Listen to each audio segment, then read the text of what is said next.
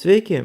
Turime labai svarbią naujieną. Sveikiname mūsų mokyklos direktorių Eriką Griškevičių su pelnytu apdovanojimu. Švietimo, mokslo ir sporto ministerijoje ministrė Raminta Popovienė įteikė ministerijos garbės ženklus žmonėms nusipelnusiems pripažinimo švietimo, mokslo ir sporto srityse. Garbės ženklas yra aukščiausias ministerijos apdovanojimas, skiriamas už reikšmingus nuopelnus Lietuvos švietimui, mokslui ir sportui. Ekskursijos vyksta visų pajėgumų. 8A ir 8B klasės aplankė Trakus, 9A ir 9B Nidą, o 6A ir 6B Kernavę.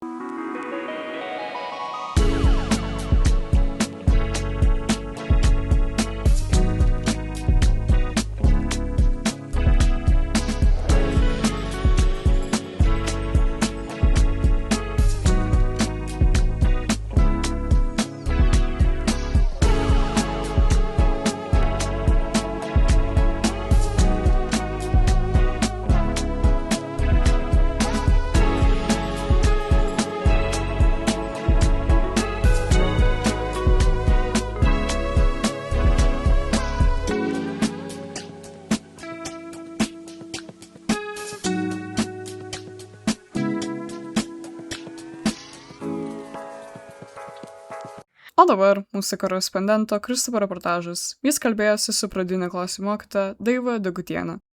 Labą dieną, mokytoja. Papasakokite, kokiose veiklose skirtose Čiurlionio metinėms dalyvavo jūsų klasė. Mes labai daug dėmesio skiriame Čiurlioniui ir pirmiausia susipažinome su Čiurlionio paveikslais, su jo spalvomis, su temomis. Ir pirmiausiai darėme monotipiją, tai yra mažas miniatiūras kūrėm ir su jomis dalyvavome pradinukų projekte, kuris dabar dar yra pakabintas ant mokytojų kambario durų. Po to klausėme virtualią pamoką apie Čiurlionio gyvenimą ir liejame akvarelę. Tai akvarelės dabar puošia mūsų klasę. Mes kalbame su jumis, o klasėje labai tylu. Kokius įdomius ir efektyvius drausmės metodus jūs naudojate? Koks įdomus klausimas. Mes šiemet sugalvojame tokių įdomesnių dalykų, kaip pasiekti klasėje supratimą, kad visiems būtų smagu.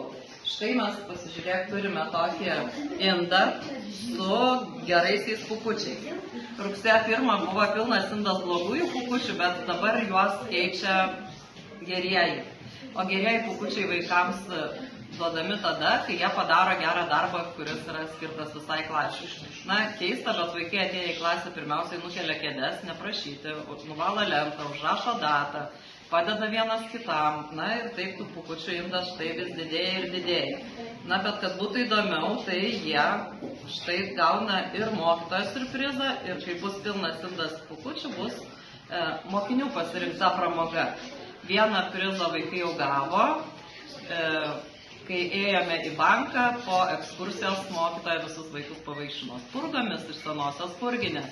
Ir dabar aš manau, kad jie tikrai yra labai geri vaikai ir laukia dar vienas surprizas, kurį gal net šiandien jie gaus. Ačiū, buvo labai įdomu.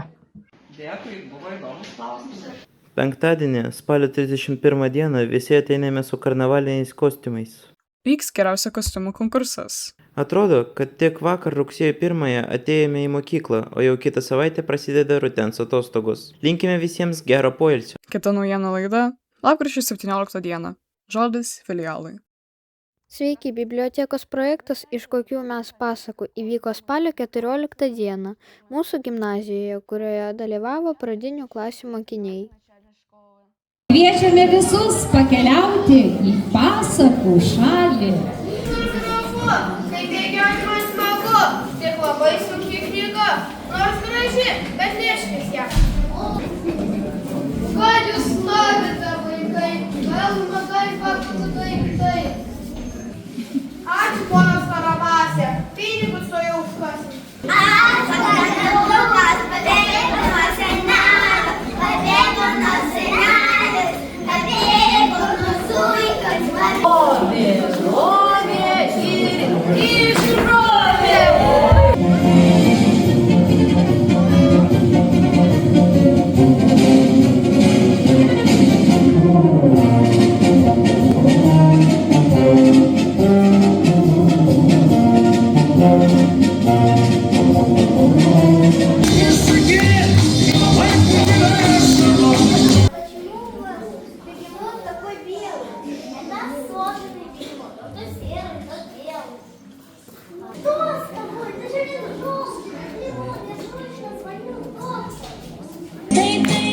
oi taip, taip, raudonas dėvim kepurytes, oi taip, taip.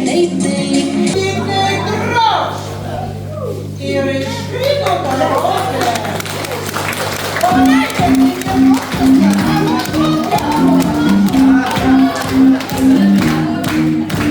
Spalio 17 dieną Kauno 9 forto muziejuje praėjo meninio skaitymo konkursas Tylios sienos žodžių paliestas, kuriame dalyvavo 7 F klasės mokinys Maksim Turčenko. Mokinį paruošė lietuvių kalbos mokytoja Jurgita. O dabar paklausykite informacijos nuo mūsų bibliotininko. Sveiki! Spalio 30 dieną visus 5-10 klasių mokinius kviečiame dalyvauti konkurse Mitai, pasakos, legendos. Tikimės pamatyti daug įvairiausių pasakų ir jų herojų, o pagrindinis konkurso prizas – didelė šeimyninė pica. Iki susimatymų. Šiandien tiek. Viso gero.